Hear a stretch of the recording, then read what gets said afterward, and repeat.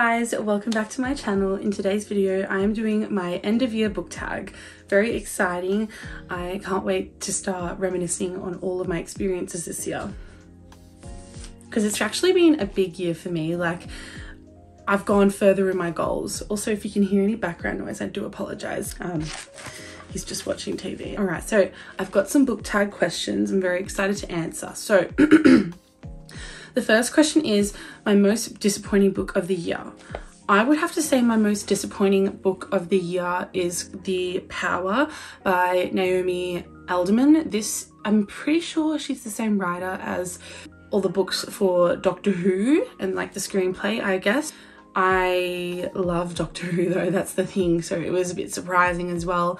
But I just remember reading it and starting off, I was like, oh yeah, this is cool. Like, you know, they've got some powers, and I was told that like it was a good book recommendation if you are into Stranger Things, and I've been craving Stranger Things all year this year, and I was like, yeah, let's give it a go. And there were just some moments where it was featuring trigger warning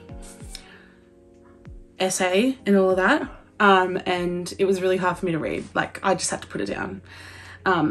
Yeah, so yeah, that was my, I think it was 1 star. I should have just like not even rated it. Okay, the next question is, what was an underdog book? So my underdog book was The Very Secret Society of Irregular Witches by Sangu Mindana. I really loved that book so much. I read it in a whole day, and because I'm very witchy myself and really spiritual, and it's always been a part of me, I found that it was like a really easy theme of story to get through, you know what I mean? And it was kind of fun as well and thrilling at the same time, not in like a scary way, but I was just like on the edge of my seat the whole time. The next question is, what was an overhyped book that you read? I would have to say The Secret History by Donna Tartt. This was a very overhyped book because of the influencers that I've been watching and like seeing what they talk about and their experiences. They've said nothing but good things, and I also think this is a fantastic book, but it was something that I couldn't align with, like reading wise. I could not actually like grasp it very well up until like the very last like 4 chapters, and obviously the very start as well. But throughout the entirety of the book, I was just kind of confused as to what was going on. And I thought it was still really creepy. There were a lot of creepy moments, and I just thought this was a bit too overhyped in my eyes. I'm really sorry. And there's no shame to the author. Like, I'm still gonna keep this book. I might even think about rereading the book. I've tabbed things in here that I tried to remember. So yeah, this is obviously a dark academia book. It's very literary fiction. It was, I think, my first literary fiction of the year to read this year. And yeah, it was just something that was a bit tricky for my brain. But now that I've had a lot of experience reading more books this year, I feel like maybe it would be a better experience the next time I read it. So yeah, I still felt obliged to give it such a high rating, and I ended up still giving it 5 stars on Goodreads. But in all honesty, I'd give it a 3. I would give it a 3 at the moment, but if it was a reread, I know with more understanding it would be higher, highly rated. So yeah. All right, then the next question, a book that surprised me. Okay, so I don't have the physical copy of this book. This is Before We Were Strangers by Renee Carlino. I'm pretty sure that's how you say it. And at first when I started reading it, I was like, oh, this is cute.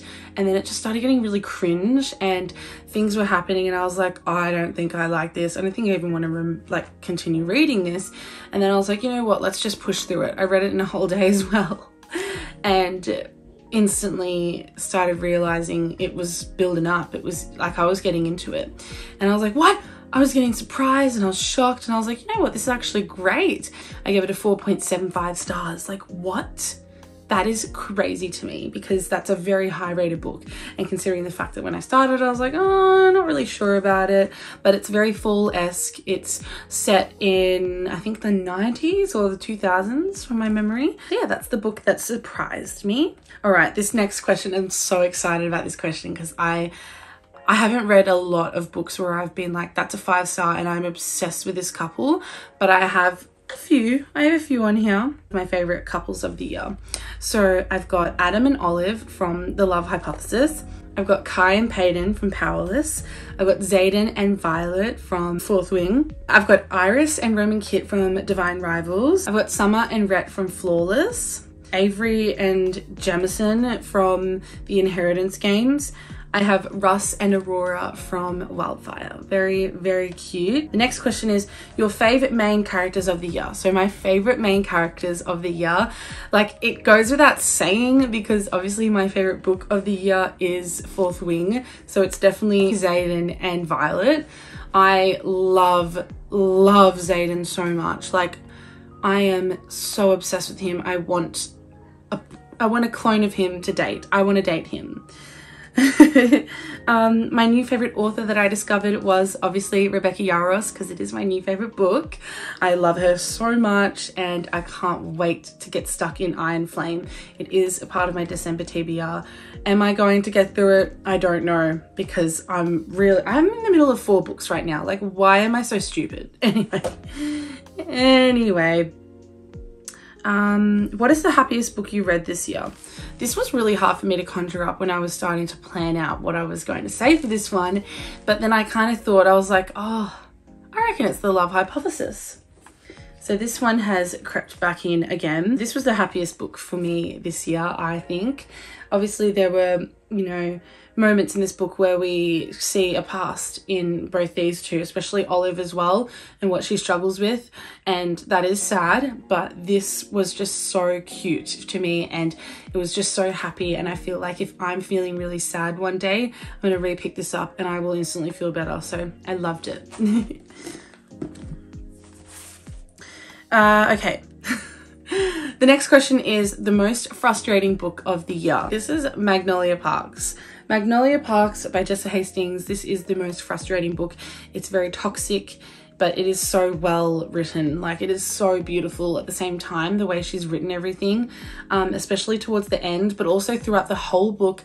In every single BJ Ballantyne bloody chapter, he's always saying, but I had to do it. I had to do this. I did it because of, and I was just like, what did you do? Like what did you do, man? Like what is going on? Anyway, yeah, it was crazy and very toxic. So crazy. Okay, so this next one, I'm so excited about this one. So the next question is, what was the best book adaptation of the year? I have 3 because the first one I thought instantly of this, and then I realized this was long released, like ages ago as a movie, but like I read this book this year, so I'm going to just quickly talk about that one. So I've got the Mortal Instruments series City of Bones. I read this and loved it so much, and my favorite movie in the whole wide world is the Mortal Instruments with Jamie Campbell-Bower and Lily Collins. And I just thought instantly, like, because I've read this year, I thought, yes, 1,000%. It was so good. It's very fantasy. It's just such a, like, you have to watch it, guys, seriously. Okay. And then the next 2 that I decided on was My Policeman by Beth Ann Roberts. This movie came out on Prime Video. I watched it the day it came out and I love it so much. It's very heartbreaking and beautiful and tense, and it's just crazy. This one has Harry Styles in it, obviously. It's a love triangle set in the 50s, but also there's flash forwards to them in the 90s when they're older and they're going through their own struggles still. So yeah, it's crazy. It's also English, so I just love accents. I just love them so much. Another English bloody adaptation is Heartstopper. I did a reread of Heartstopper this year, so I'm just holding up the 1, even though there's obviously 5 now. But this is an incredible story. It is incredibly well done on Netflix as well. Like, me and my cousin, we are obsessed with it. Like, it is so fantastic, and it's a beautiful LGBTQIA plus community love story. Yeah, I love it so much, and it obviously has been adapted onto a TV show, so yeah. The next question is, what was the longest book I read this year? So the longest book I read this year was 912 pages. This was Harry Potter and the Order of Phoenix. I actually loved reading this book. Out of all of them, it was probably one of my favorites to read, because that's when it starts to get really, really nitty gritty and we're trying to work out, you know, what's his plan and what do we have to face. And obviously the narky, nasty, bitchy Dolores Umbridge decides it's best for her to work at Hogwarts as the Defense Against the Dark Arts teacher and hopefully overthrow Dumbledore, which she does at one point. So it's just a bit crazy, but I love the start of this blurb. It says, "You are sharing the Dark Lord's thoughts and emotions. The headmaster think it advisable for this to continue. He wishes me to teach you how to close your mind to the Dark Lord." And then it says here, "Dark times have come to Hogwarts." And obviously the cover is so beautiful. The cover is so fucking beautiful. Okay, my favorite covers of the year. Oh, I currently can't show Fourth Wing because my cousin's borrowing it. It would probably have to be these two, not gonna lie. Divine Rivals by Rebecca Ross and obviously Harry Potter and the Order of Phoenix. Yeah. What was the shortest book I read this year?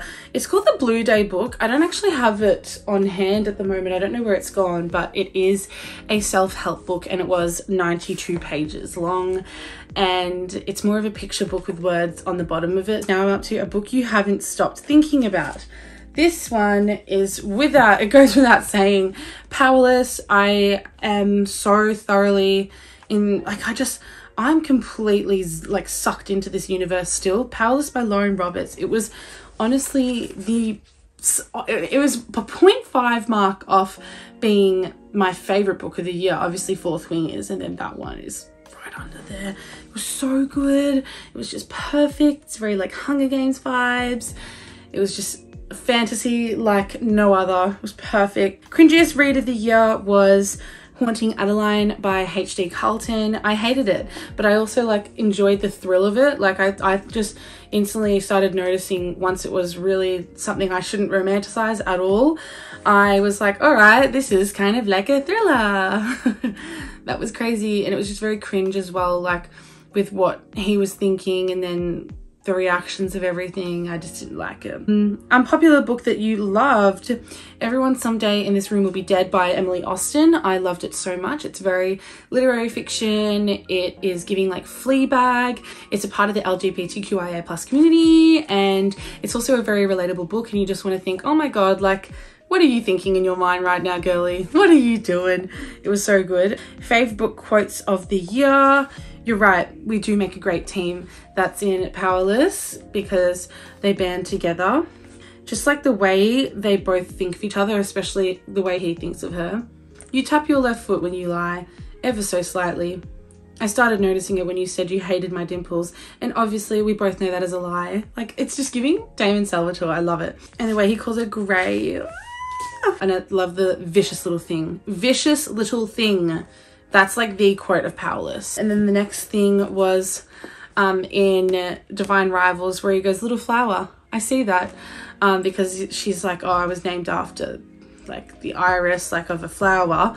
And then there's some moments where there was like a couple of, I should honestly have tabbed this, seriously. If you could see me right now as I type this, you would smile. No, you'd probably laugh to see how badly my hands are shaking because I want to get this right.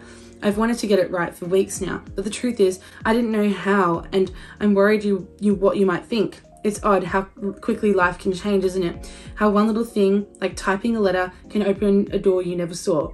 A transcendent connection, a divine threshold.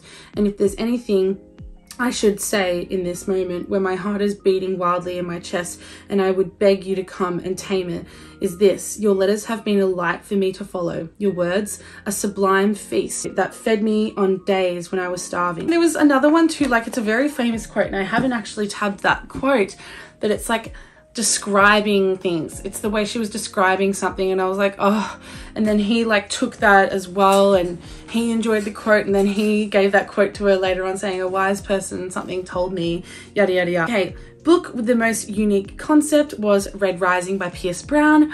I thoroughly enjoyed it. It was a book where once I finished it, I was like, I don't know what to rate it right now because it was actually crazy.